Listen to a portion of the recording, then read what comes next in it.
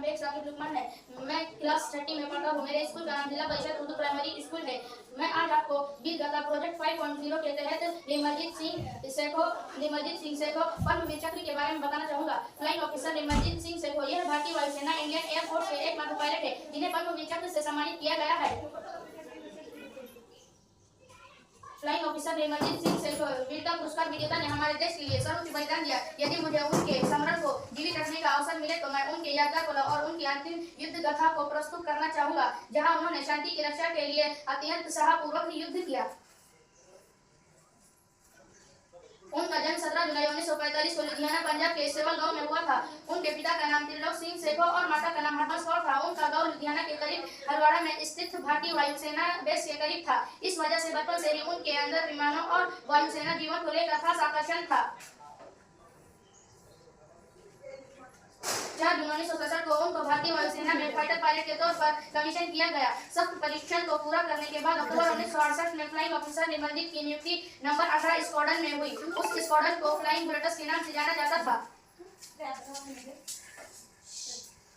1971 में भारत पाकिस्तान के युद्ध के समय फ्लाइंग ऑफिसर निर्मलजीत जी ने दस्ते में पायलट के तौर पर श्रीनगर में तैनात किए गए थे। भारतीय वायुसेना के जिस दस्ते की पहली बार तैनाती श्रीनगर में हुई वह दस्ता निर्मलजीत का था। इस वजह से वह कश्मीर की जमा देने वाली कश्मीर की भौगोलिक स्थिति से वाकिफ नहीं थे और जलवायु भी उनके अनुकूल नहीं थी। कश्मीर की जमा देने वाली ठंड और सर्द हवा की उनको आदत नहीं थी।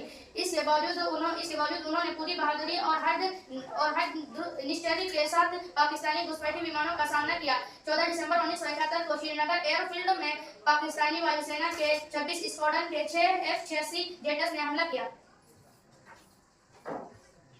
रनवे पर पहला बम गिरा तो रनवे पर धूल और धुआं भर गया। उस वजह से वे तुरंत उड़ान नहीं भर पाए। जब रनवे उड़ान भरने के लिए फिट था तो दुश्मन के 6 विमान की आवाज सुनाई दी जो एयरफील्ड पर हमला कर रहे थे। दुश्मन के हमले के बीच उड़ान भरने में काफी खतरा था।